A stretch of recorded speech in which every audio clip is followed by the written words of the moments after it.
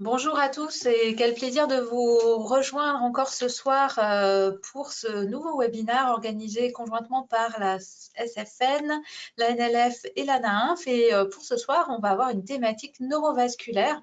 Et j'ai donc le plaisir d'accueillir Guillaume Turc qui a coordonné ce webinaire et qui va le modérer avec moi.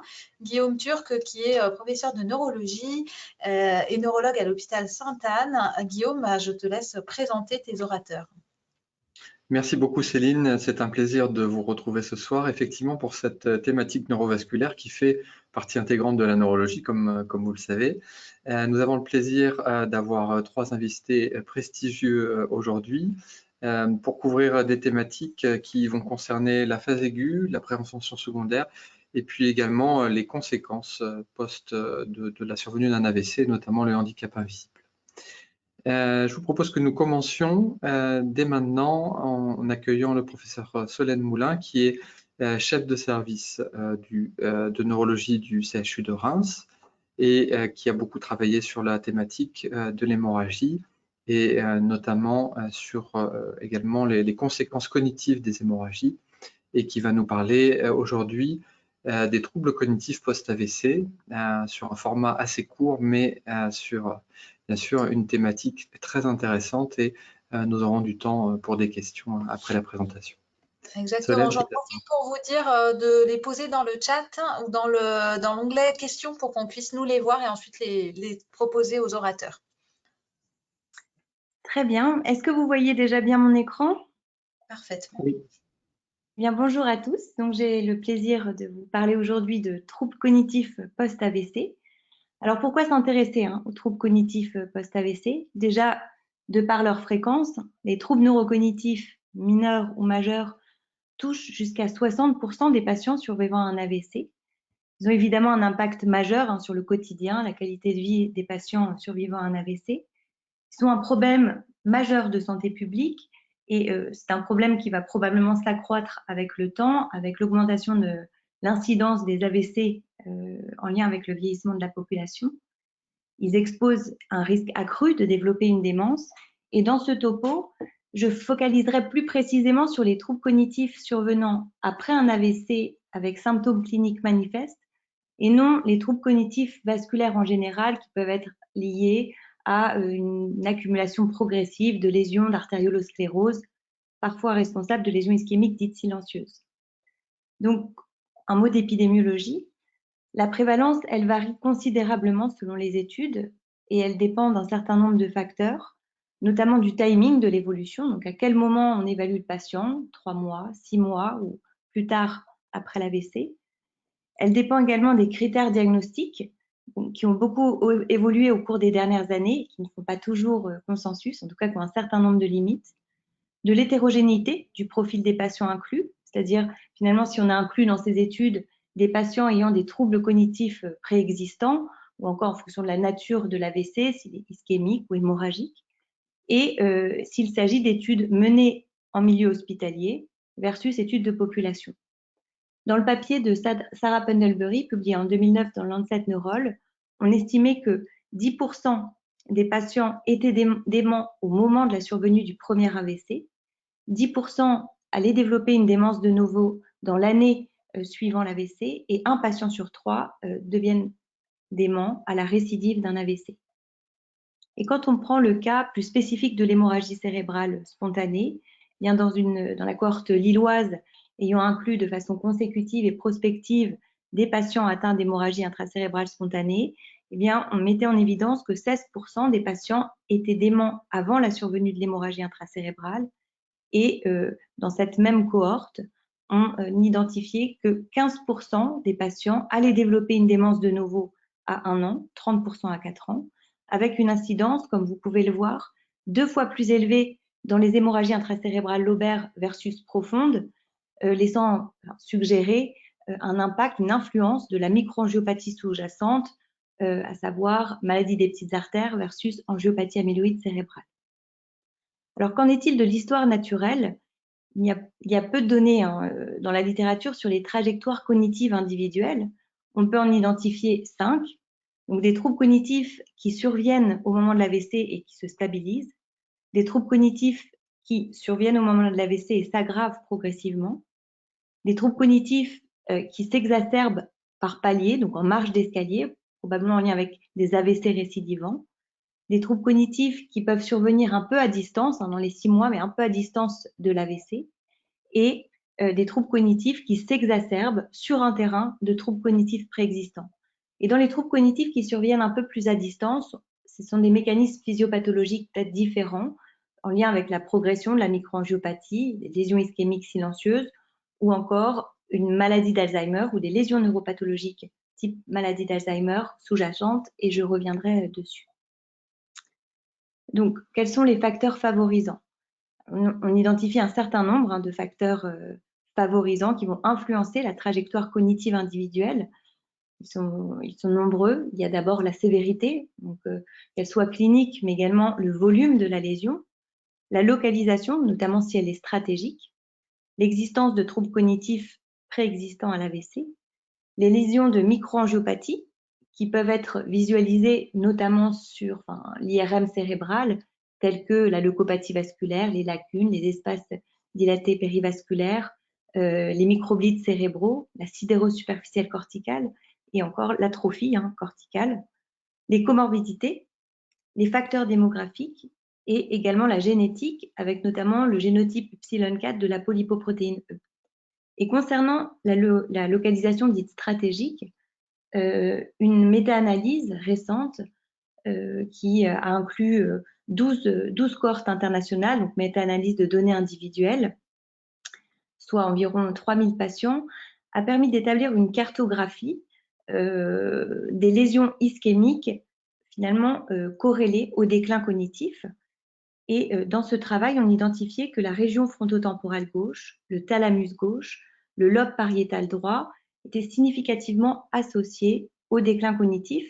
Alors, on relevait quelques facteurs confondants dans ce travail, qui étaient l'absence d'évaluation de l'état thymique préalable, l'absence d'évaluation de lésions autres sur le plan parachumateux que la lésion ischémique index, et également le fait que cette évaluation soit en moyenne réalisée 3 mois et demi après l'AVC, ce qui est relativement précoce et ne permet pas de préjuger de la persistance de ce trouble cognitif dans la durée. Alors maintenant, un mot de physiopathologie. La physiopathologie des troubles cognitifs post-AVC est complexe, notamment parce qu'il y a une multiplicité de facteurs qui peuvent l'influencer. Et là, je vous présente un schéma issu d'un papier publié le mois dernier dans Stroke de la HASA, qui fait un état des lieux sur les troubles cognitifs post-AVC et qui expose les concepts de réserve cérébrale et de résilience cérébrale. La réserve cérébrale, c'est finalement la différence entre le degré de lésion observé et les manifestations cliniques. La résilience cérébrale, c'est la combinaison de la capacité qu'a le cerveau à contrecarrer l'accumulation progressive de lésions associée aux mécanismes de compensation utilisés pour atténuer l'effet des lésions.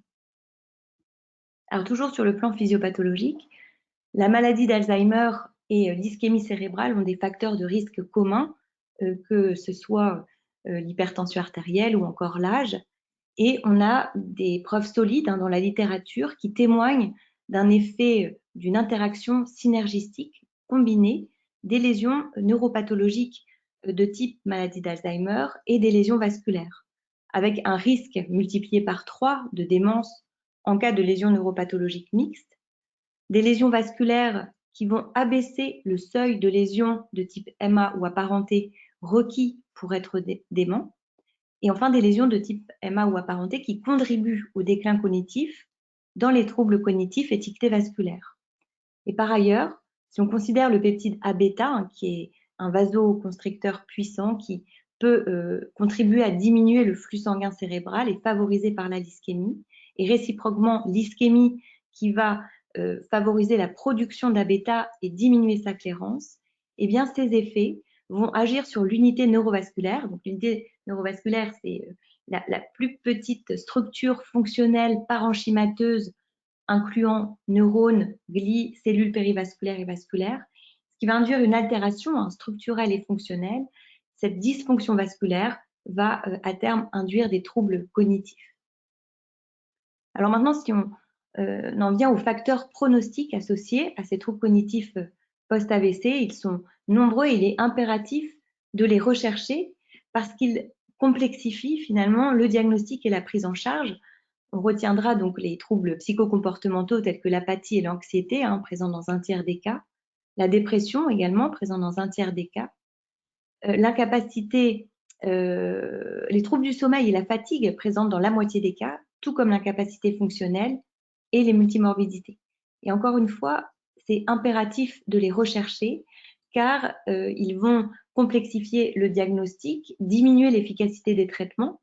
En prenant comme exemple concret des troubles cognitifs en post-AVC qui s'exacerbent chez un patient ayant une dépression non diagnostiquée.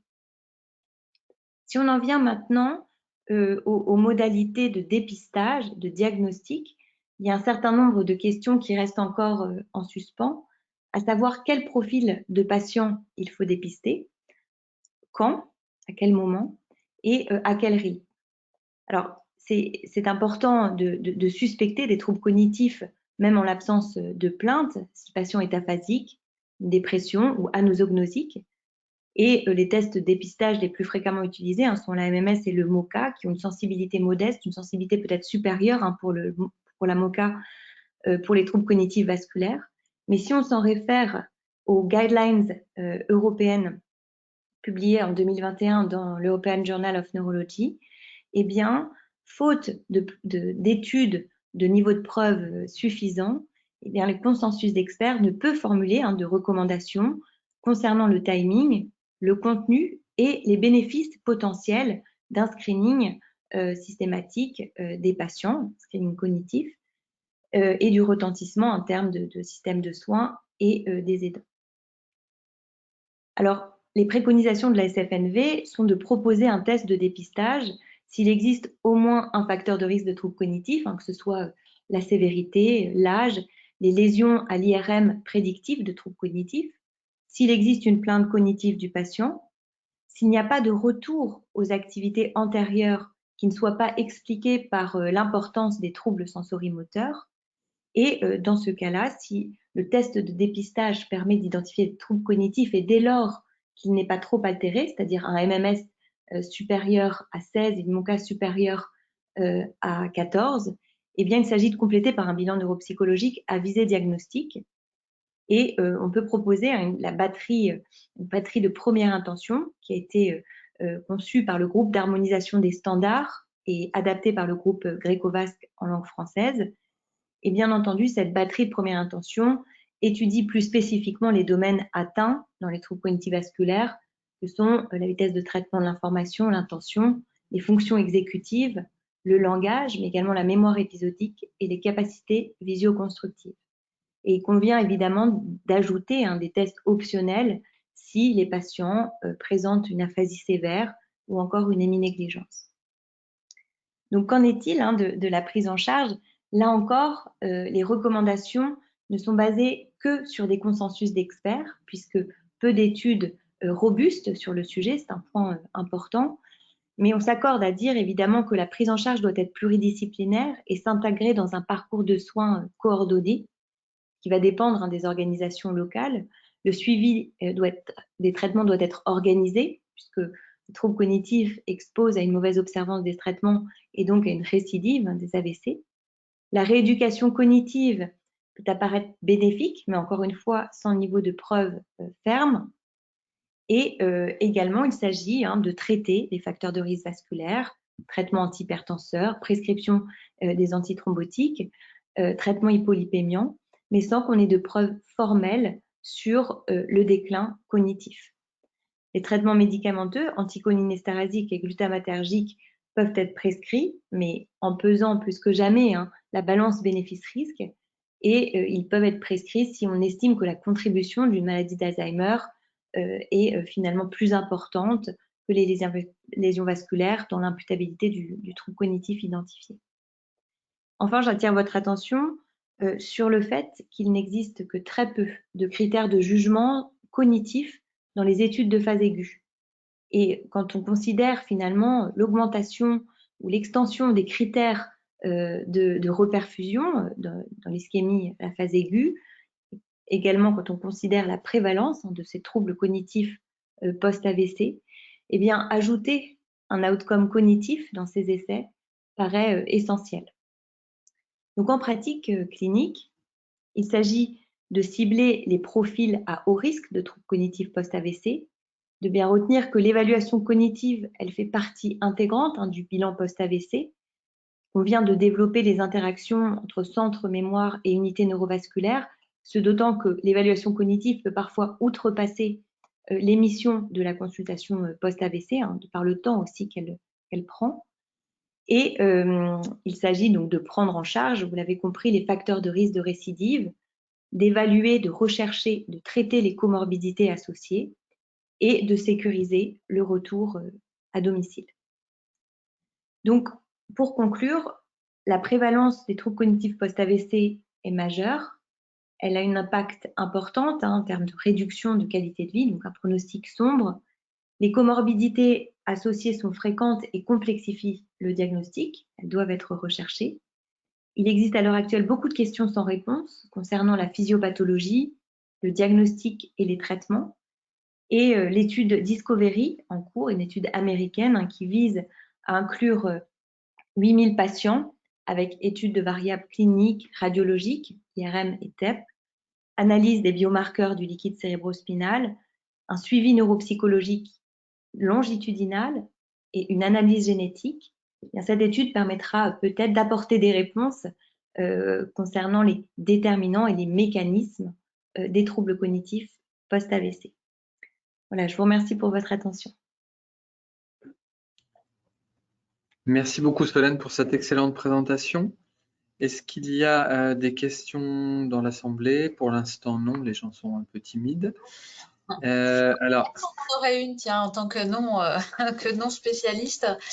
Combien de temps ça prend là, les évaluations post-AVC en cognitive, et puis combien de temps après vous les faites? C'est une très bonne question. Alors, si on s'en réfère à la batterie de première intention proposée par et traduit d'ailleurs par le groupe Greco-Vasque, c'est une batterie qui peut être relativement rapide, même s'il y a un panel de tests multiples qui va autour de 45 minutes à 1 heure. Mais ça va dépendre évidemment de la compliance du patient, ça va dépendre aussi de son handicap et de sa participation, de sa fatigabilité également. Et donc, voilà, ça peut varier. Et donc, les bilans neuropsychologiques sont souvent dédiés une matinée entière.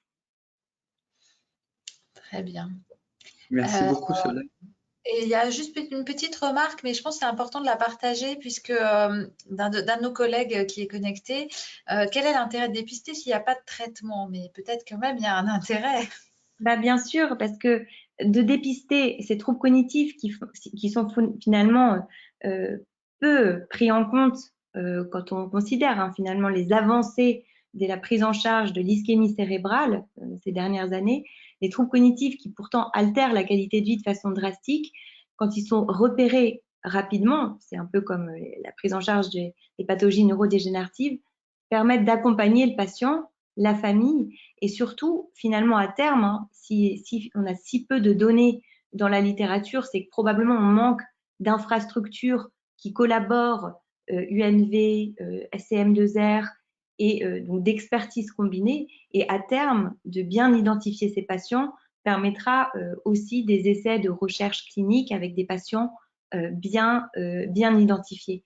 Mais avant toute chose, sur un plan pratique, c'est vraiment l'accompagnement des patients. Savoir les détecter quand les patients ne s'en plaignent pas, c'est déjà un début de prise en charge pour soulager le patient lui-même, mais également les familles qui l'accompagnent. Parfait, merci. J'ai une petite question. Alors, on vient de voir qu'il n'y a pas forcément de traitement, mais il y a quand même des données sur les maladies des petites artères, notamment avec l'étude de Lucky2, qui semble suggérer peut-être un bénéfice. Alors, est-ce qu'il faut traiter tous nos patients avec du Risordan et prendre des actions pour oscillostazole ou encore? Merci Guillaume pour cette question. C'est vrai que c'est important quand même de la soulever, cette étude qui a été publiée le mois dernier dans le JAMA Neurol. Elle a quand même comme avantage d'avoir inclut un outcome cognitif dans ce travail. On vient de préciser que c'est une étude, en fait, l'AQI2, qui a inclus des patients ayant un infarctus lacunaire, donc une maladie des petites artères déjà évoluée, et elle a cherché à identifier l'efficacité individuelle et combinée de 2 molécules déjà utilisées en cardiologie, notamment pour le mononitrate d'isosorbide et le silostazole. Et c'est vrai que c'est une étude de phase 2, c'est pour ça que je ne l'ai pas évoqué ici, une étude de faisabilité qui visait à voir si le recrutement de ces patients était possible, mais on mettait en évidence, et c'est quand même important de le mentionner, un effet sur le critère composite qui incluait la cognition, critère composite qui incluait en dehors de la cognition, infarctus du myocarde, récidive d'AVC, dépendance. Mais c'est quand même des résultats qui sont encourageants et je pense qu'il faut vraiment pister les résultats de la phase 3 qui, je pense, va débuter incessamment sous peu. Merci beaucoup Solène. Nous devons maintenant passer au prochain orateur qui est une oratrice à nouveau. Il s'agit du docteur Philippa Lavallée qui est chef de service de l'unité de neurologie vasculaire de Bichat et qui a beaucoup travaillé sur la thématique des accidents ischémiques transitoires et également des infarctus mineurs, avec la question que nous nous posons tous sur les indications de la bithérapie, ou plutôt des bithérapies antiplaquettaires en cas d'infarctus cérébral ou d'AIT. Donc un topo que nous attendons tous avec impatience. C'est à toi Philippa. Oui, d'abord toutes mes excuses parce que j'ai eu évidemment une panne d'ordinateur juste avant le topo. Et je vous remercie de m'avoir invité, Guillaume et Céline, à vous parler de l'indication de la bithérapie après un infarctus cérébral ou un accident ischémique transitoire. Donc, vous avez ici représenté la plaquette. Vous connaissez, je vais passer rapidement, mais c'est 2 mécanismes d'action d'activation plaquettaire dont je vais vous parler. C'est ce qui passe par la voie de l'ADP, et c'est les molécules qu'on utilise au quotidien, c'est principalement le clopidogrel, plus récemment le ticagrelor, et évidemment l'aspirine qui reste une très bonne molécule qui passe par la voie du thromboxane A2. Et c'est là-dessus que les études se sont basées sur ces 2 mécanismes. Alors, quand on a fait un accident ischémique transitoire, l'histoire presque naturelle de ces patients, c'est de faire un infarctus cérébral dans 10% des cas. Vous voyez que la courbe, elle augmente régulièrement, mais que tout se passe surtout les premiers jours après le premier événement. Il y a un risque de rethrombose extrêmement élevé. Et puis, quand on prend en charge ces patients de façon urgente, en mettant en place un traitement à la fois antiplaquettaire, statine et antihypertenseur pour cette étude, on voyait qu'on passait d'un risque de 10% à un risque de 2%. Alors, ce n'était pas un essai thérapeutique, c'était une étude en population. Ça, c'était l'histoire naturelle dans le même bassin de population, et le risque à 2% sont des mêmes bassins de population pris en charge par les mêmes docteurs, mais traités très rapidement. Et là, il est peu probable que les statines et l'antihypertenseur puissent être efficaces dans les 48 premières heures. Il est probable que ce qui marche, ce soit les antithrombotiques et ici les antiplaquettaires. Plusieurs études ont montré qu'en fait, les patients qui récidivaient le plus, c'est les patients qui avaient une maladie athéroscléreuse. Vous voyez ici que par rapport aux patients qui ont une maladie des petites artères, une pathologie cardio-embolique par exemple, ou pas de cause retrouvée, vous avez un risque d'infarctus les premiers jours qui est 2 fois plus élevé. Et ça s'explique très bien sur cette diapositive, qui est une pièce d'endartérectomie où vous voyez une plaque ulcérée et un thrombus qui vient se mettre sur cette plaque et qui ne demande qu'à emboliser dans la circulation cérébrale. Les autres patients qui ont été identifiés comme à très haut risque, ce sont ceux qui ont des infarctus sur l'IRM cérébral, mais surtout ceux qui ont plusieurs lésions. Et comme on peut le voir notamment chez les patients qui ont des sténoses athéroscléreuses, qui vont avoir des thrombus qui vont se disloquer et emboliser dans les artères ou emboliser à répétition dans le même territoire. Et vous voyez ici, là encore, un risque chez ces patients avec des infarctus multiples en diffusion beaucoup plus élevé que ceux qui n'ont pas de lésion. Et puis, un critère identifié déjà dans des études plus anciennes qui était la présence d'un score clinique ABCD2 élevé. J'essaye de pousser, voilà, j'essaye de réduire parce que j'ai quelque chose sur mon écran, pardon. Donc un score ABCD2, c'est un score de risque clinique qui est basé sur l'existence de facteurs de risque vasculaire et sur les symptômes, le type de symptômes que présente le patient. Donc 3 facteurs qui augmentent significativement le risque de récidive. Et cela, ça va vous expliquer quels patients ont été ciblés dans les essais thérapeutiques, puisque les études que je vous avais montrées avec des risques autour de 10-12% après un infarctus cérébral, après un AIT chez des patients qui avaient une sténose athéroscléreuse, ce sont des patients qui étaient pour la plupart en monothérapie antiplaquettaire. Donc sous monothérapie antiplaquettaire, ces patients à haut risque restent à risque élevé malgré l'aspirine. Et donc, la première étude qui s'est intéressée à quel traitement on peut mettre pour diminuer le risque de ces patients, c'est l'étude CHANCE qui a été menée en Chine sur 5000 patients, des patients qui avaient un AIT non cardio-embolique à haut risque de récidive défini dans cette étude par un score ABCD2 à partir de 4 ou un infarctus mineur avec un score NIHSS inférieur ou égal à 3. Et les patients, 2500 dans chaque groupe, ont été randomisés soit sous aspirine seule, qui était à cette époque le traitement conventionnel, soit sous l'association aspirine-clopidogrel, en se disant qu'en inhibant la plaquette par des mécanismes différents, on serait plus efficace. Donc le patient avait 21 jours d'association d'antiplaquettaires, et puis au-delà de 21 jours jusqu'à J90, simplement le clopidogrel. Les critères de jugement étaient la survenue d'infarctus cérébral ou d'hémorragie cérébrale. Et vous voyez que dans cette étude, l'association clopidogrel-aspirine diminuait le risque de faire un accident vasculaire cérébral d'environ 30%. Mais vous voyez que sous double antiagrégation plaquettaire, on gardait un risque autour de 8%, donc malgré tout un risque qui reste élevé. Donc moins d'infarctus cérébral et dans cette étude, pas de surrisque hémorragique.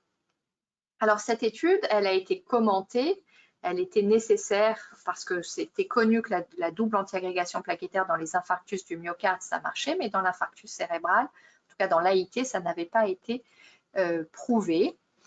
Mais elle a été commentée parce que les Chinois ont un background de facteurs de risque et probablement génétiques différents et n'ont pas forcément les mêmes AVC et n'avaient pas des facteurs de risque bien équilibrés. Donc, cette étude, elle a été reproduite principalement aux États-Unis. D'autres pays ont inclus, mais 80% des patients venaient des États-Unis.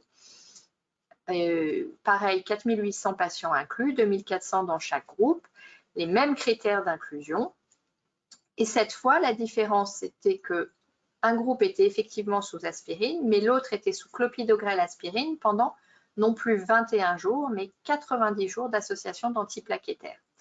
Avec comme critère de jugement un critère d'efficacité sur l'ischémie, à la fois l'ischémie cérébrale, l'infarctus du myocarde et la mort vasculaire à J90, et un critère de sécurité qui était la survenue d'une hémorragie majeure dans les 3 premiers mois. Dans cette étude, l'association clopidogrel plus aspirine réduisait le risque de 25% de faire un événement ischémique par rapport à l'aspirine seule. J'attire votre attention sur le nombre d'événements. Vous voyez qu'il y avait 160 événements dans le groupe aspirine, 121 dans le groupe aspirine plus clopidogrel. Je vous en parle parce que quand on a regardé les événements hémorragiques majeurs, il y en avait un peu plus de 2 fois plus dans l'association d'antiplaquettaires. Mais quand on regarde le nombre d'événements, vous voyez qu'on est à 10 événements dans le groupe aspirine, 23 dans le groupe aspirine clopidogrel. Donc oui, un surrisque hémorragique, mais qui ne contrebalançait pas le bénéfice sur les ischémies cérébrales. Les auteurs ont regardé dans quel délai apparaissaient les événements ischémiques et les événements hémorragiques. Et c'était très intéressant parce que l'efficacité de la double antiagrégation plaquettaire, elle n'était observée que dans les 7 premiers jours. Vous voyez, 2,9% dans un groupe, 4,5% dans l'autre, aspirine seule. Mais quand on regarde sur cette ligne-là, les événements ischémiques entre 8 jours et 90 jours, 2% dans chaque groupe, donc un bénéfice précoce, mais pas au-delà de 8 jours dans cette étude. En revanche, les hémorragies étaient pas de surrisque hémorragique dans les 7 premiers jours. Et en fait, c'est le temps d'exposition à la double antiagrégation plaquettaire qui augmente le risque hémorragique, ce qui est assez logique. Et donc, probablement que 90 jours, c'est peut-être inutile et délétère chez ces patients. Peut-être qu'il faut rester aux alentours de 21 jours, comme dans la première étude. Alors, au-delà du clopidogrel, il y a une autre molécule qui est utilisée en cardiologie, qui est le ticagrelor. Le ticagrelor, c'est un super clopidogrel, ça agit sur les récepteurs de l'ADP, mais il n'a pas besoin d'être métabolisé pour être actif. Le clopidogrel est une prodrogue qui doit passer par un cytochrome pour être activé. Et en fonction des ethnies, il y a 20 à 30% de la population qui a un allèle qui entraîne un mauvais métabolisme du clopidogrel et probablement une efficacité moindre. D'où l'intérêt de tester le ticagrelor. Donc le ticagrelor plus aspirine a été testé versus l'aspirine seule pour une durée simplement de 30 jours chez 10 000 patients, un peu plus de 5 500 dans chaque groupe.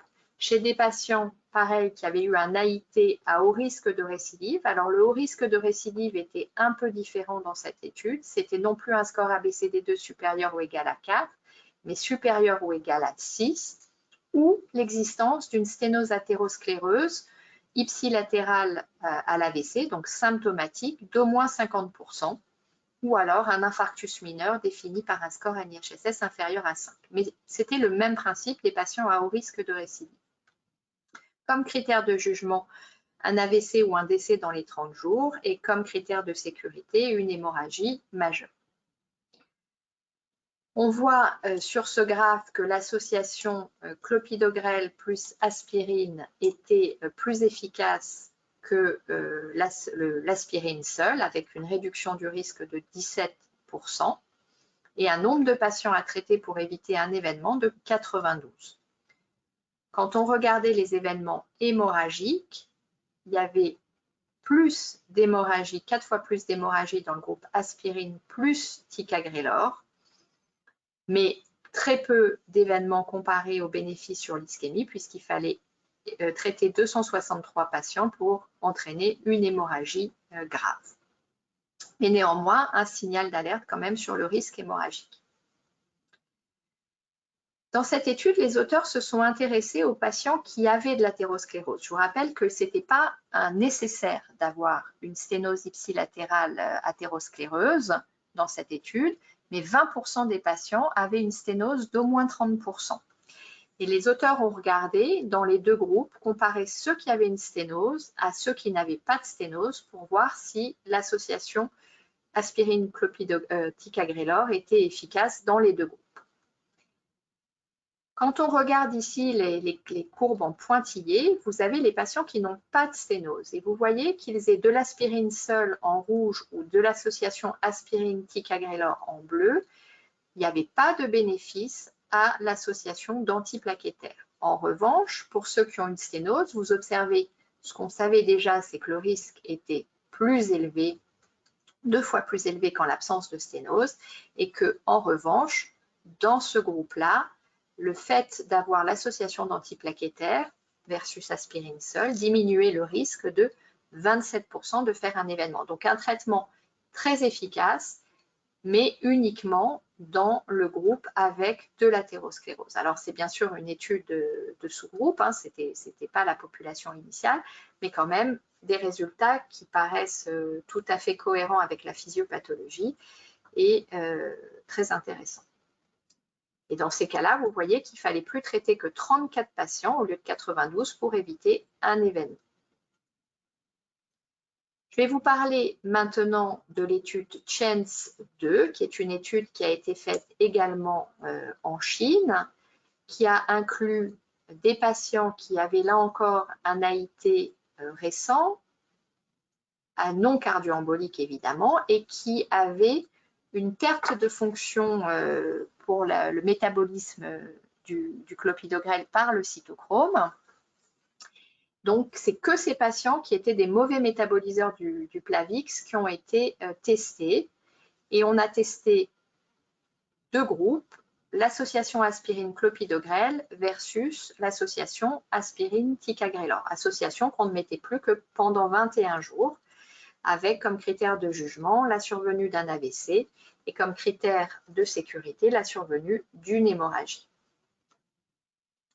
Donc, dans cette étude, chez les patients, je le rappelle, qui métabolisent mal le clopidogrel, l'association aspirine-ticagrelor est plus efficace que aspirine-clopidogrel avec une réduction du risque de 23%.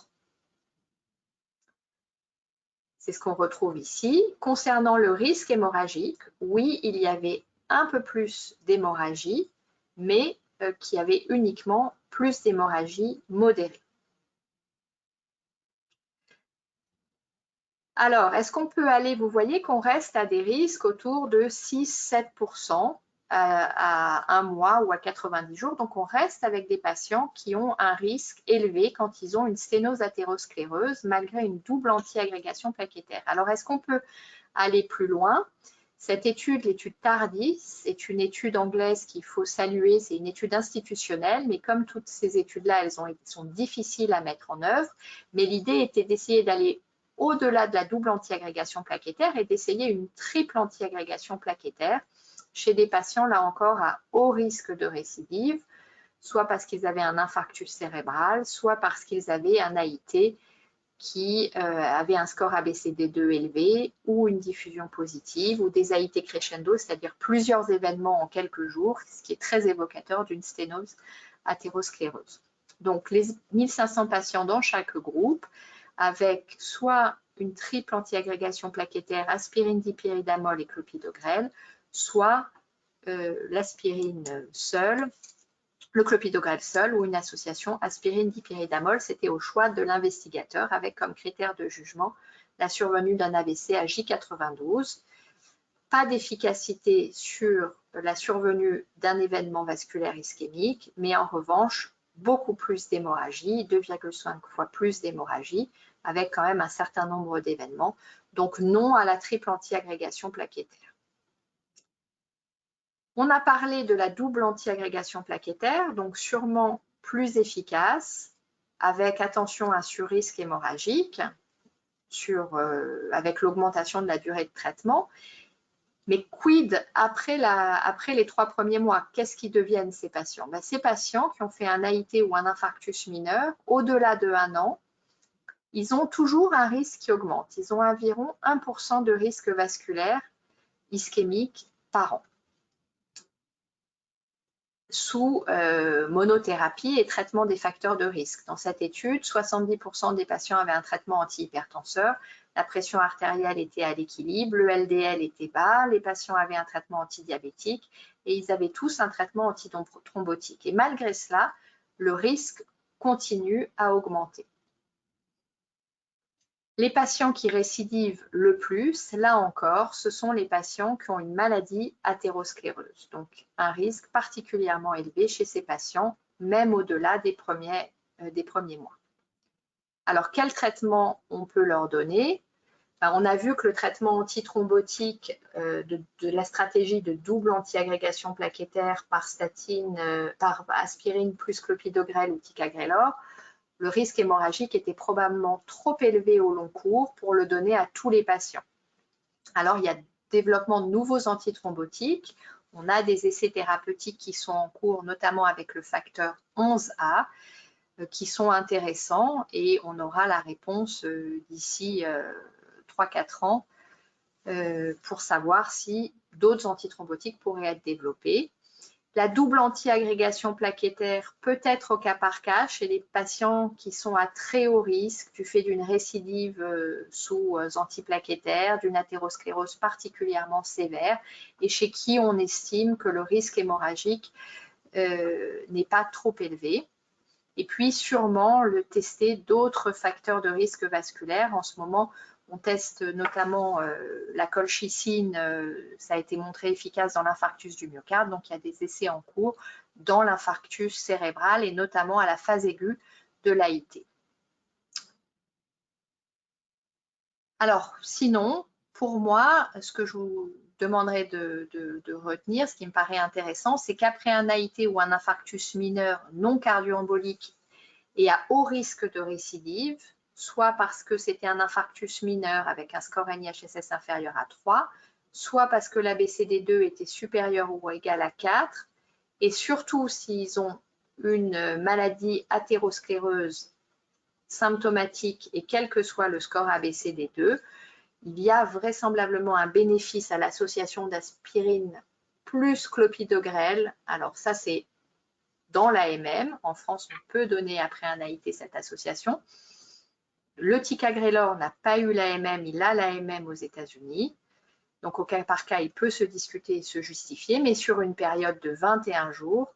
Au-delà de 21 jours, il faut choisir un monothérapie, aspirine ou clopidogrel, sauf chez certains patients qui sont des patients qui ont récidivé et qui ont une maladie athéroscléreuse très sévère, mais ça, c'est une discussion de spécialistes qui doit se faire au cas par cas. Je vous remercie pour votre attention. Merci beaucoup, Philippa, pour cette présentation très claire. Alors, nous avons des questions sur le chat que je ne retrouve pas. Du coup, je vais te poser ma question.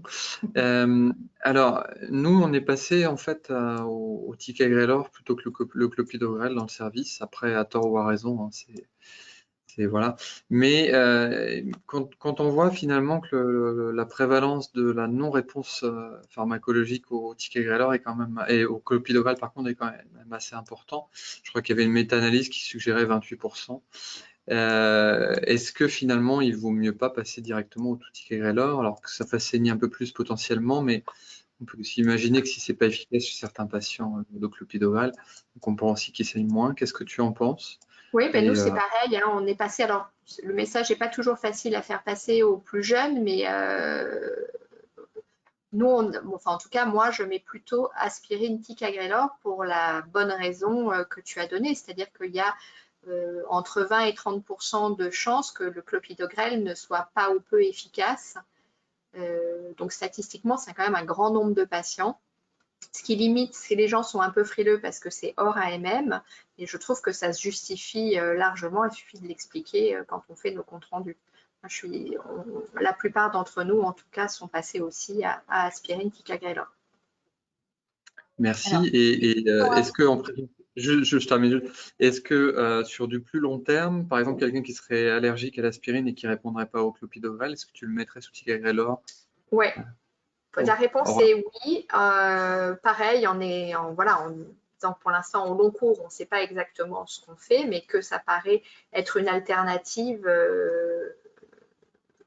tout à fait intéressante chez des patients chez qui il y a une non-réponse, entre guillemets, au clopidogrel. Alors, je ne sais pas si c'est une non-réponse génétique ou quelle qu'en soit la raison, on a quand même des arguments pour dire que le ticagrelor pourrait être un peu plus efficace. D'ailleurs, il fait plus saigner, hein, ça c'est sûr. Donc, chez ces patients-là, quand le risque ischémique est trop important, qui ne sont pas une pathologie hémorragique à risque, évidemment des microsaignements multiples, une angiopathie amyloïde, une pathologie autre de la coagulation, il paraît tout à fait raisonnable de mettre ces patients à très haut risque, qui sont tellement à haut risque que le ticagrelor me semble une bonne option. Merci. Alors là, on a une avalanche de questions. Il va falloir les sélectionner. Alors peut-être il y en a eu une par mail qu'on peut retrouver qui concernait. Ah zut, il faut que je la retrouve, excusez-moi. Est-ce qu'il y avait un intérêt une indication à une double anti-agrégation plaquettaire s'il y avait une sténose significative mais asymptomatique de découverte fortuite. Non, si les patients sont asymptomatiques, maintenant, sauf cas très particulier, il y a en prévention primaire, il n'y a pas d'indication à mettre un antiplaquettaire parce que l'aspirine, c'est pas anodin comme traitement. C'est des patients qui vont être exposés pendant des années à un antiplaquettaire. Donc, sauf situation particulière, on ne met ni de monothérapie, ni de double, et encore moins a fortiori de double anti-agrégation plaquettaire. C'est vraiment les patients symptomatiques. Ça répond aussi, merci beaucoup, à une autre question qui était est-ce qu'on doit proposer un anti-agrégant plaquettaire devant un cerveau lacunaire de découverte fortuite? Donc la réponse est non, si j'ai bien compris. Voilà. C'est toujours au cas par cas, mais bon, s'il y a une maladie lacunaire, on peut discuter parce que le patient il a été symptomatique. Dans ces cas-là, il y a eu des infarctus cérébraux. Donc là, ça peut se discuter de mettre un antiplaquettaire. Il a une maladie vasculaire asymptomatique cliniquement, mais il fait des infarctus cérébraux. Il se trouve que les lacunes, c'est de petite taille. Donc moi, ces patients, en revanche, j'aurais plutôt tendance à les traiter. Une sténose athéroscléreuse, elle pourra rester asymptomatique toute sa vie. Là, c'est différent. Le patient, il a des traces d'infarctus cérébral sur le scanner. Donc, je dirais que c'est un petit peu différent. Très bien. On peut choisir d'autres questions. Donc, on a, par exemple, faut-il choisir ticagrelor et aspirine si ABCD2 supérieur à 6 ou sténose carotidienne supérieure à 30%? Par rapport au Plavix, j'imagine? Oui, ou aspirine, je ne sais pas. Alors, les patients à haut risque de récidive, qui soient par un score ABCD2 élevé ou par une sténose athéroscléreuse, la littérature dit qu'il faut mettre une double anti-agrégation plaquettaire. Et par rapport à ce qu'on disait avec Guillaume Turc tout à l'heure, dans la mesure où il y a 30% de la 20 à 30% de la population qui va être entre guillemets résistante au clopidogrel, et que dans cette population, le ticagrelor est plus efficace, moi je pense qu'il vaut mieux mettre aspirine ticagrelor que aspirine Plavix, du fait de ce risque de résistance sur une période courte de 21 jours et ensuite un relais en monothérapie. Merci beaucoup. Peut-être qu'on va essayer de répondre à quelques questions directement dans le chat et sinon on reviendra en fin de webinaire. Mais donc Guillaume, je te laisse présenter l'orateur suivant et le dernier orateur de ce webinaire. Merci beaucoup Céline. Le dernier orateur ne nécessite plus de présentation. Il s'agit du professeur Jean Lumas qui est donc le chef de service de neurologie de Sainte-Anne, qui a récemment quitté ses fonctions de chef de service, mais qui reste très actif et en particulier sur une de ses thématiques de prédilection qui est le foramen ovale perméable. Comme vous le savez, c'est lui qui a conduit l'étude close qui a permis de mettre en évidence que ce traitement permet de réduire de manière considérable le risque de récidive d'AVC chez les patients jeunes pour qui on ne trouve pas d'autres causes. Et donc, nous allons voir maintenant dans ce topo quel patient bénéficie le plus de la fermeture du FOP. Merci Guillaume pour cette présentation. Bonjour à tous. Vous voyez ma présentation, tout est OK? Oui, mais elle n'est pas en plein écran.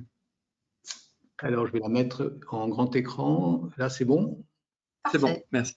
OK, alors j'arrive à pousser tout ce que vous m'avez mis sur l'écran. Voilà. OK, bon, merci beaucoup pour cette invitation. J'arrive à passer les diapositives. Voilà. Excusez-moi, j'ai une partie écran qui me gêne beaucoup là-dessus. Voilà. Donc, avant de répondre à cette question, je voudrais faire quelques petits rappels sur les grandes étapes qui ont conduit justement à se la poser. Bon, vous savez tous que le foramen ovale perméable ou trou de Bottal est une communication entre les deux oreillettes que vous voyez ici sur la partie gauche de la diapositive, qui normalement se ferme à la naissance, mais chez environ 25% des individus, eh bien, ce conduit reste plus ou moins ouvert, dit perméable, foramen ovale perméable, mais peut-être que le terme plus approprié, foramen ovale persistant. Ce perméable ne veut pas dire grand-chose, et vous voyez qu'en fait, ce foramen n'est pas vraiment un trou, mais plutôt un conduit en chicane. Alors, c'est resté considéré comme une variante anatomique pendant très longtemps, jusqu'à ce que un entomopathologiste, à l'occasion d'une autopsie d'une jeune femme décédée d'un infarctus cérébral, montre que cet infarctus était possiblement lié à un thrombus d'origine veineuse qui avait gagné la circulation systémique en passant par le foramen, d'ailleurs qui était resté coincé ici, comme vous le voyez sur la diapositive suivante. Et ce foramen ovale perméable est resté attaché au mécanisme d'embolie paradoxale depuis cette époque, même si aujourd'hui on peut penser que ce n'est probablement pas le mécanisme prédominant. Un regain d'intérêt pour cette pathologie est arrivé à la fin du XXe siècle, pour le coup, là on était à la fin du XIXe, à la fin du XXe siècle, avec l'apparition de l'échographie cardiaque de contraste, qui a permis de faire facilement le diagnostic de foramen ovale perméable. Vous allez voir l'arrivée des microbules ici dans l'oreillette droite et leur passage massif, dans le cas présent, dans l'oreillette gauche. Donc avec une méthode simple de diagnostic, plusieurs travaux ont pu montrer que ce foramen ovale perméable est significativement plus fréquent chez les patients ayant un infarctus cérébral par ailleurs inexpliqué, cryptogénique, que dans une population témoin sans infarctus ou chez les patients qui ont un infarctus de cause identifiée. Et vous voyez sur le résumé de toutes ces études cas témoins que cette association est particulièrement forte chez le sujet jeune, de moins de 60 ans, parler de moins de 60 ans, mais qu'elle existe aussi, mais à moindre degré, chez les patients plus âgés. Alors cette association, plusieurs fois démontrée, a amené à considérer que le foramen pouvait expliquer un nombre non négligeable d'accidents, d'infarctus survenant chez le patient jeune, et que la fermeture du foramen permettrait de réduire le risque de récidive. Alors cette technique de fermeture du foramen par cathéter a été d'abord utilisée pour fermer des CIA. C'est comme ça que cette technique est née, puis elle a été après proposée pour la fermeture du foramen. Vous voyez la technique très rapidement, hein. On passe par voie veineuse pour traverser le foramen, ouvrir une première ombrelle, puis une deuxième ombrelle et prendre le foramen et l'anévrisme souvent associée, on va y revenir, entre les deux ombrelles. Vous voyez ce que ça donne après sur des images radiographiques. Puis, il a fallu quand même attendre longtemps pour avoir la preuve d'un bénéfice de la fermeture du foramen. Je vous ai mis sur cette diapositive les 6 essais thérapeutiques randomisés. On ne va pas rentrer dans le détail, ne vous inquiétez pas, c'est un peu lourd comme diapositive, mais ça vous permet de les avoir. La première chose qu'il faut retenir de ces essais thérapeutiques, c'est qu'ils ont tous été faits quasiment chez les patients de moins de 60 ans. Il y a une seule étude, la dernière, mais qui est une petite étude. Vous pouvez être inclus des patients plus âgés, mais il y en avait très peu qui avaient plus de 60 ans. Et d'ailleurs, vous voyez que la moyenne d'âge était de 51 ans. Et globalement, la moyenne d'âge des patients inclus dans ces études est de 45 ans. Donc, on a des données actuellement d'essais thérapeutiques que chez les patients de moins de 60 ans. Le deuxième point à retenir, c'est celui-ci, c'est qu'en définitive, globalement, on a une réduction du risque de récidive d'environ 2/3 par la fermeture du foramen par cathéter comparativement à un traitement antithrombotique, qu'il s'agisse dans certaines études d'aspirine, dans d'autres d'aspirine ou d'anticoagulants oraux, selon le choix de l'investigateur. Les designs étaient un petit peu différents. Et ce qui est important de retenir, c'est que dans ces études, on a vraiment une diversité de résultats. On avait les premières études qui étaient totalement négatives, comme la première, comme le Joan. Les deux suivantes étaient également négatives, et puis en prolongeant un peu le suivi, il y en a une qui est devenue positive, c'est Respect, et puis les dernières qui étaient, pour certaines, très franchement positives, pour d'autres un peu moins franchement, mais quand même bien positives. Ce qui suggère que la question est que certains patients bénéficient plus de la fermeture du foramen que d'autres.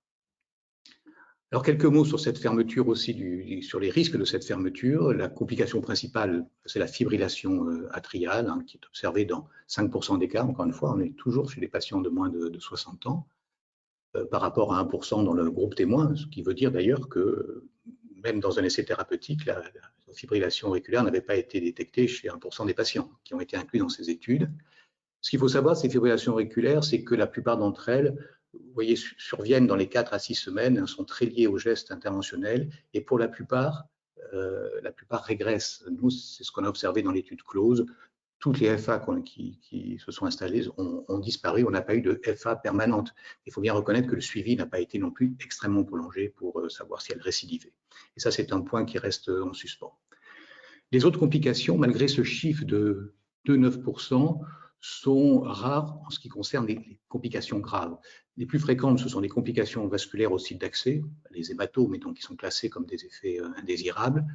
Et puis, il y a des complications qui sont un peu effrayantes, hein, la thrombose du dispositif de fermeture, la perforation cardiaque, la tamponnade, la dislocation ou la migration du dispositif qu'il faut aller chercher, les embolies gazeuses.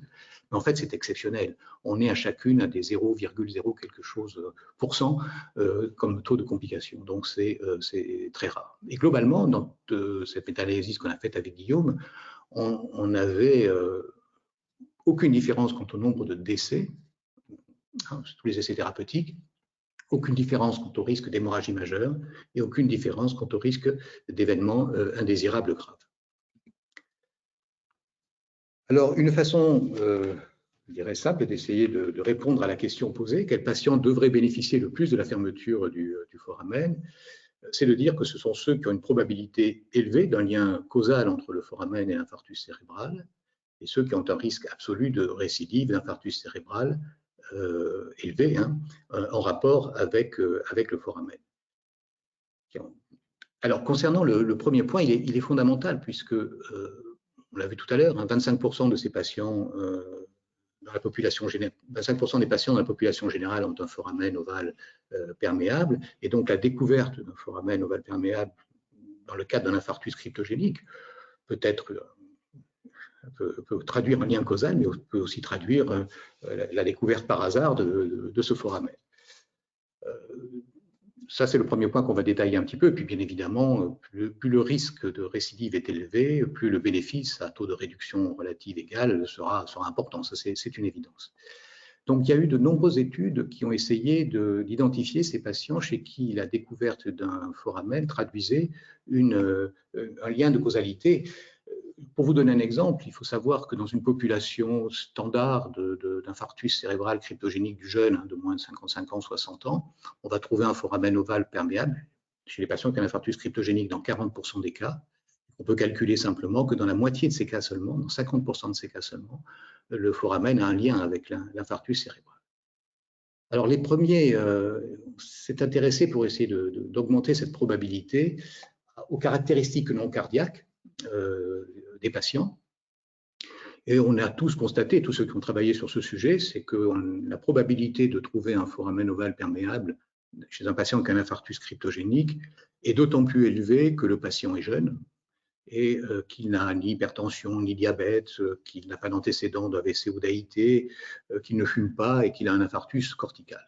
Donc ça a été constaté par de nombreuses personnes. Et puis, il y a un groupe américain, Kent, qui a mis au point un score que vous connaissez probablement, qui est le score Europe, et qui permet d'évaluer la probabilité d'un lien de causalité entre le foramen et l'infarctus cérébral. Plus le score est élevé, plus le lien est important. Vous allez le voir sur cette diapositive à côté. Vous voyez en bleu l'augmentation de la probabilité d'un lien de causalité, hein, de proportion de stroke d'AVC attribuable au foramen. Et vous voyez, on va prendre le chiffre 7 parce que c'est celui qu'on va utiliser plus tard, qu'un score ROPE 7 dans une population jeune, hein, de moins de 60 ans généralement, permet de prédire que le lien affirmé ou d'estimer un lien de probabilité, de relation entre le FOP, de causalité entre le FOP et l'infarctus cérébral d'au moins 70%. Mais l'inconvénient majeur de ce score de ROPE, c'est que vous avez ici le risque de récidive d'infarctus cérébral, et vous voyez que plus le lien de probabilité est élevé, plus le score de ROPE augmente, si vous voulez, plus le risque de récidive diminue. Donc, sur le schéma que je vous ai montré tout à l'heure, il va un petit peu dans les deux sens. Donc, il est surtout utile pour estimer le lien de causalité entre foramen et infarctus cérébral. la deuxième série de travaux a été de chercher les caractéristiques du foramen ovale perméable lui-même qui augmentent la probabilité d'un lien causal. Alors, je vous les passe très vite en revue. Il y en a deux. Hein. C'est la présence d'un shunt important. Hein. Vous voyez ici en échographie de contraste, en ETO de contraste. Une autre technique qui est utilisée par certains.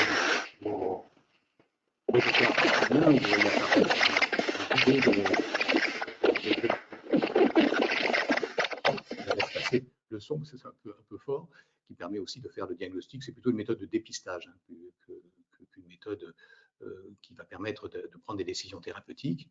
Et puis l'autre marqueur de lien de causalité entre l'infarctus cérébral et le foramen ovale perméable est la présence d'un anévrisme du septum interauriculaire que vous voyez ici sur la diapositive. Vous avez le septum ici et vous voyez ces battements du septum, cette souplesse du septum interatrial qui est définie par un mouvement supérieur à 10 mm d'excursion. Cet anévrisme du septum interauriculaire est d'autant plus fréquent que le shunt est important. Vous voyez que lorsqu'on a un shunt lors de 30 microbules, 25% de ces patients-là ont un anévrisme du septum interauriculaire. Alors le deuxième point, c'est celui du risque de récidive. Je vais passer vite parce que toutes les études sont concordantes. Les patients qui ont à la fois un foramen ovale perméable et un anévrisme du septum interauriculaire, on avait fait ça dans l'étude FOPASIA, où beaucoup peut-être d'entre vous connaissent cette étude et certains de leurs aînés y ont participé. Vous voyez que le risque est beaucoup plus élevé de récidive chez les patients qui ont les deux anomalies septales que chez les patients qui ont un foramen isolé, sans risque supplémentaire chez les patients qui ont un shunt important, en tout cas majeur, par rapport à ceux qui ont un shunt minime sans anévrisme du septum. Donc, si on veut résumer les caractères qui vont nous permettre de sélectionner les patients qui devraient bénéficier le plus de la fermeture, hein, logiquement, c'est pour la probabilité d'un lien causal entre le FOP et l'infarctus cérébral, c'est l'association soit d'un FOP avec un ASIA, soit d'un FOP avec shunt important, ou encore le score supérieur ou égal à 7. Quant au risque de récidive, de risque absolu de récidive d'infarctus cérébral en rapport avec le FOP, vous voyez, c'est le FOP plus ASIA aussi qui est celui qui a le plus haut risque de récidive par rapport au FOP avec shunt important, mais sans ASIA.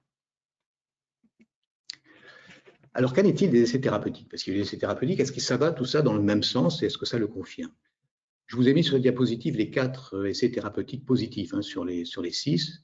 Et ce que vous pouvez voir tout de suite, c'est que les 2 essais qui ont randomisé des patients uniques qui avaient ce qu'on appelle un FOP à haut risque, c'est-à-dire un FOP avec un ASIA ou un FOP avec un shunt important, vous voyez que dans ces études, il n'y a eu aucune récidive dans le groupe fermeture du foramen ovale perméable, comparativement au traitement ici antiplaquettaire et ici antithrombotique dans ces 2 études-là.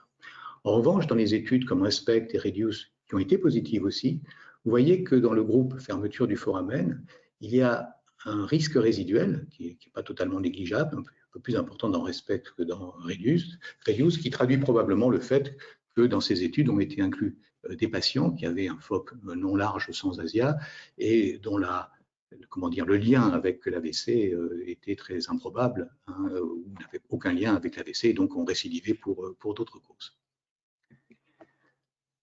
Si vous prenez cette étude RESPECT justement et qu'on la divise entre les patients qui avaient un shunt important ou un anévrisme par rapport à ceux qui n'avaient aucun de ces FOP à haut risque, vous voyez la différence est flagrante. Hein. Ici, on a un bénéfice majeur de la fermeture, alors qu'ici, elle est beaucoup moins évidente.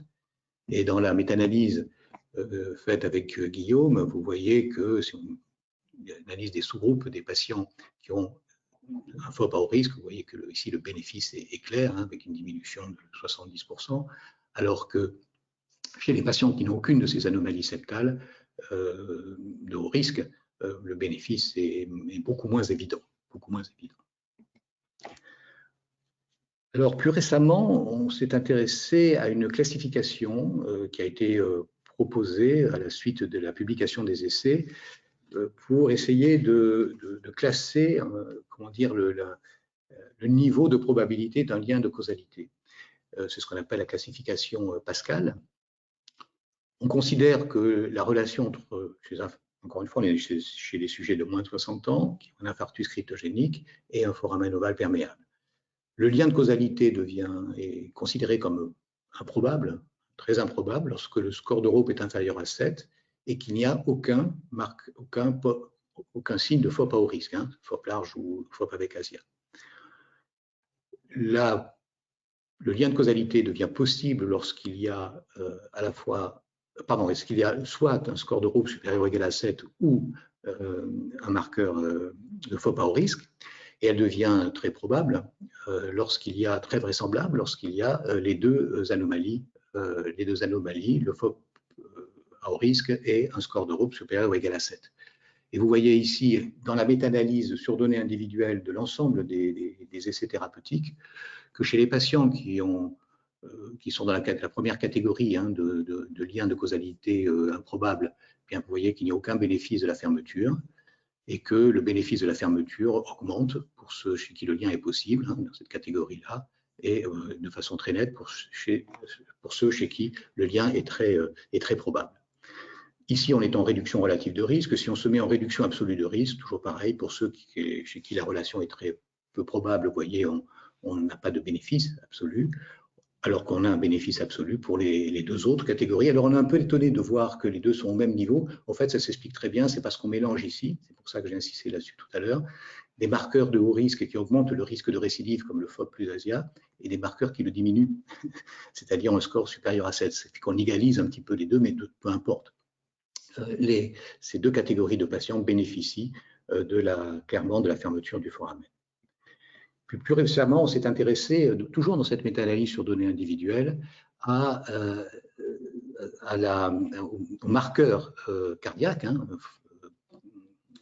FOP à haut risque, FOP plus ASIA, mais en séparant toutes les catégories, vous voyez, c'est-à-dire un petit shunt sans ASIA, un petit shunt avec ASIA, un shunt large sans ASIA et un shunt large avec ASIA. Et on s'est aperçu qu'il y a un groupe qui bénéficie de façon très très importante de la fermeture. Et vous êtes ici en réduction relative de risque. Vous voyez qu'il y a une réduction qui est de 85% ici du risque, hein, tout ça est significatif. Regardez en risque absolu, hein, en nombre de patients à traiter hein, pour éviter un événement sur la période ici de 5 ans. Hein, vous voyez qu'en réduction absolue de risque, on est à 7% hein, pour 2% dans les autres catégories et que le nombre de sujets à traiter pour un bénéfice est très faible. Donc, c'est vraiment un sous-groupe qui est manifestement, encore une fois, chez les sujets de moins de 60 ans, et d'un sous-groupe à haut risque qui bénéficie à la fois en termes de réduction et en termes de relative et en termes de réduction absolue. Voilà, pour terminer et conclure, je crois qu'on peut retenir cela, c'est-à-dire que lorsque le lien entre le foramen et l'infarctus cérébral est peu probable, c'est-à-dire un score inférieur à 7 et pas de FOP à haut risque, je crois que le bénéfice de la fermeture est soit nul, soit très faible. Pour un lien de causalité probable, c'est-à-dire un score de Rhope supérieur ou égal à 7 ou un FOP à haut risque, on a un bénéfice de la fermeture, voilà, clairement, qui est encore plus important si on a un score supérieur ou égal à 7 et un FOP à haut risque. Et si on se sert plus précisément de la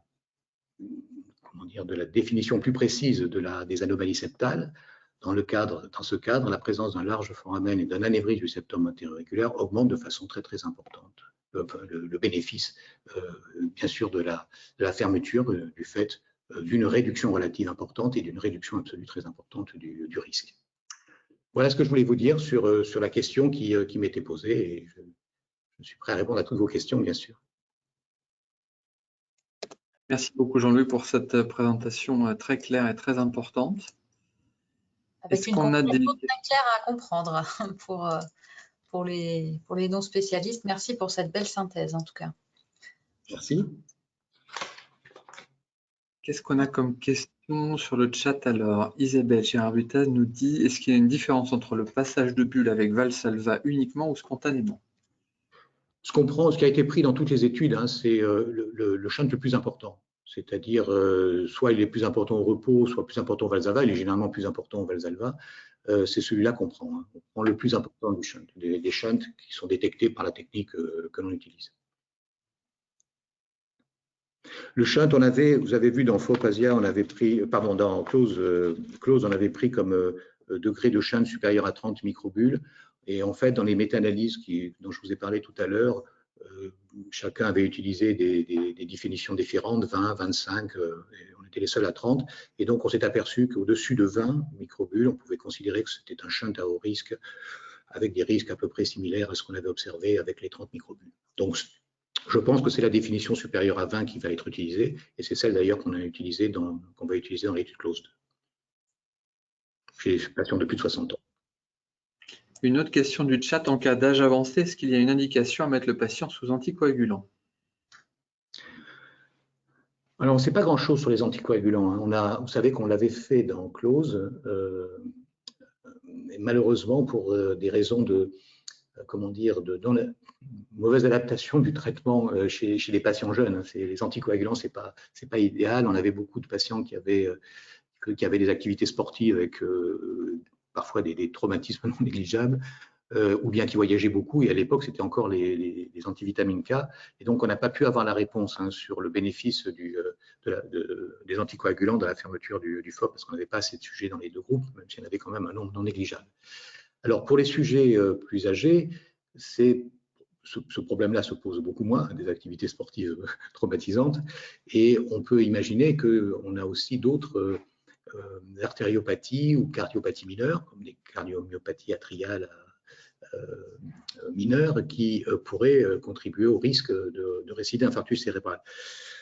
On n'a pas de réponse aujourd'hui, hein. On n'a vraiment pas de réponse. Quelles que soient les méta-analyses, on reste toujours avec peut-être un petit bénéfice, mais sûrement une augmentation du risque hémorragique. Donc, on n'a pas de réponse chez les sujets jeunes et encore moins chez les sujets âgés. Et on va essayer de la voir dans l'étude CLOSE 2, hein, qui a démarré et qui compare d'une part la fermeture chez les patients de 60 à 80, pareil, cryptogénique, hein. On compare la fermeture du foramen aux antiplaquettaires d'une part et les anticoagulants oraux aux antiplaquettaires d'autre part, mais en utilisant cette fois-ci des anticoagulants oraux directs. Donc, je crois qu'il faudra attendre l'étude CLOSE 2 pour avoir la réponse sur le bénéfice des anticoagulants chez les patients de 60 à 80 qui ont un foramen et un infarctus cryptogénique. Merci, une étude très importante parce que ce sera la seule étude randomisée au monde, à ma connaissance, qui peut, sur cette problématique extrêmement importante. Ça a aussi l'avantage d'être une étude avec les 3 bras de randomisation, donc traitement antiplaquettaire, anticoagulant ou fermeture comme CLOSE 1. Donc, c'est la seule étude qui permettra d'avoir une réponse. Alors, bonsoir. Est-ce que la fabrication des bulles avec du sang ou NaCl est valable? Oui, je crois que moi, je ne suis pas du tout un spécialiste, hein, c'est pas moi qui fais la recherche de bulles, donc je suis incapable de répondre avec cette question. Mais j'ai l'impression que la fabrication des bulles est très diverse, hein, selon les centres. Et seule chose que je peux vous dire, c'est que lorsque l'on a étudié plus précisément les aspects échographiques, mais avec les cardiologues, hein, échographistes, il n'y avait pas eu de gros problèmes avec le type de fabrication des bulles qui avait été utilisé. Mais je ne pourrais pas vous en dire plus, ce n'est pas du tout mon domaine. Il faut vraiment demander à un échographiste, hein, ça. On a une question de Philippa. Alors peut-être Philippa, tu peux ouvrir ta caméra. Peut-être on peut se faire une séance avec tout le monde. Ou alors tu veux que je la pose? Non, mais Monsieur Mas, vous savez, je vous remercie. C'était toujours, ça rafraîchit les choses et toujours très clair quand vous présentez ces travaux. Récemment, il y a eu 2 études, une il y a quelques années dans JAMA, il me semble, et puis plus récemment peut-être dans Stroke, où ils faisaient une imagerie endocavitaire intracardiaque au moment de la fermeture du FOP. Et ils mettaient en évidence, alors je ne sais plus quelle est cette technique, est-ce que c'était de l'échographie, j'ai oublié, mais on mettait en évidence au niveau de la fossette des images compatibles avec des petits thrombus. Est-ce que vous avez prévu de pouvoir le faire dans certains centres, dans CLOSE 2 par exemple, pour ces patients âgés, pour sélectionner peut-être les plus à risque? J'aimerais bien pouvoir faire cette étude. C'est l'étude qui a été faite avec l'OCT, comme on fait pour la rétine. C'est ça, voilà. Un peu le même système. Voilà. Et effectivement, ils ont trouvé chez des patients qui avaient des fermetures, que ce soit d'ailleurs pour un accident ischémique ou bien une migraine, bon, ils ont trouvé, comme tu disais, des microtrombies et puis des irrégularités du tunnel. Parce qu'on oublie toujours, on croit que c'est un trou tout bête dans le septum. En fait, c'est vraiment un tunnel en chicane comme ça. Et donc, ils ont introduit leur sonde AOCT avant de faire la fermeture. Et il y avait d'une part des irrégularités et d'autre part des trombies. Alors, ce qui est un peu curieux, ce papier-là a été accepté. Le deuxième, on l'attend toujours, celui qui doit confirmer sur une série plus importante. Ce qui était un peu curieux, c'est qu'on avait vraiment quelque chose qui était trop beau. C'est-à-dire que tous les... Oui, non. Et les témoins, qui avaient ça pour autre chose, je ne sais plus pourquoi, n'avaient rien du tout. Donc, c'était un peu étonnant. En tout cas, c'est sûrement très intéressant. Moi, je suis persuadé que l'embolie paradoxale est un mécanisme. Personne ne niera que c'est un mécanisme de l'infarctus cryptogénique associé au FOB. Je pense que c'est vraiment une minorité de patients, parce que de toute façon, on ne trouve jamais de phlébites, hein, même quand on les a cherchés de façon systématique il y a longtemps. On en trouve rarement, disons, dans 10% des cas. Et on n'est pas sûr qu'elle est d'ailleurs la cause et pas la conséquence de l'accident vasculaire cérébral. Je pense qu'il y a d'autres mécanismes. Hein. Il y a de vieilles études anatomiques qui montrent des petits dépôts de thrombie dans la surface des anévrismes du septum interauriculaire, ce que tu viens de rappeler dans le conduit. Il y a d'autres études aussi très intéressantes pour montrer que chez les patients qui ont des shunts très larges et un anévrisme du septum interauriculaire, il y a des modifications des flux dans l'oreillette gauche qui ressemblent un peu à ce qu'on voit dans la fibrillation atriale, c'est-à-dire des défauts de vidange de l'auricule, etc., qui pourraient être, c'est quand même le comble, l'embolie paradoxale, il y a un thrombus naissant dans l'oreillette gauche, mais c'est une autre hypothèse, c'est-à-dire qu'on modifie l'évacuation de l'oreillette gauche par ce shunt, et puis c'est vraiment des modifications importantes hein, quand on les voit en signégraphie, qui pourrait être un autre mécanisme. Le mécanisme de la FA est tombé un peu à l'eau, hein, c'était une hypothèse à un moment donné, mais elle est un peu tombée à l'eau, cette hypothèse. On a rarement cette association entre les deux. On avait une vulnérabilité auriculaire qui avait été montrée, mais ça n'a pas vraiment été confirmé pour l'instant. Donc je pense que la piste du thrombie hein, dans le foramen, oui, est intéressante. Merci beaucoup à tous et l'heure tourne et donc il va être temps de conclure ce webinaire. Donc tout d'abord un grand merci à Guillaume d'avoir organisé, à Guillaume Turc d'avoir organisé l'ensemble du programme, convié les orateurs. Merci infiniment aux orateurs, c'était passionnant. Voilà, donc vous étiez près de 200 en live et puis bien sûr vous pourrez tous avoir accès au replay de ce webinaire. J'en profite pour vous faire quelques annonces. Donc le prochain webinaire SFN, ANLF, ANAINF devrait avoir lieu le 13 septembre, toujours même créneau, le mercredi 18h à 19h et il y aura comme thématique les angiopathies amyloïdes. J'en profite également pour vous dire que si vos collègues ou vous-même ne recevez pas les annonces des webinaires, écrivez à la SFN et surtout allez vérifier dans vos spams parce que les mails de groupe de la SFN arrivent dans les spams malheureusement, surtout avec les adresses hospitalières. Donc allez vérifier et mettez-les en liste blanche pour pouvoir avoir accès au programme. Sinon, on est sur tous les réseaux sociaux, Twitter, Facebook, etc., LinkedIn et tout ça. Et dernière petite annonce également, on est en train de faire le programme pour 2024. Si vous avez des suggestions de sujets que vous voudriez voir traités lors de ces webinaires, n'hésitez pas à nous les transmettre, soit via la SFN ou vous pouvez m'écrire directement sur mon mail également, celine.loipre@aphp.fr. Et donc, merci beaucoup, très bonne soirée à tous et on se retrouve à la rentrée du coup. À bientôt. Au revoir. Merci beaucoup à tous.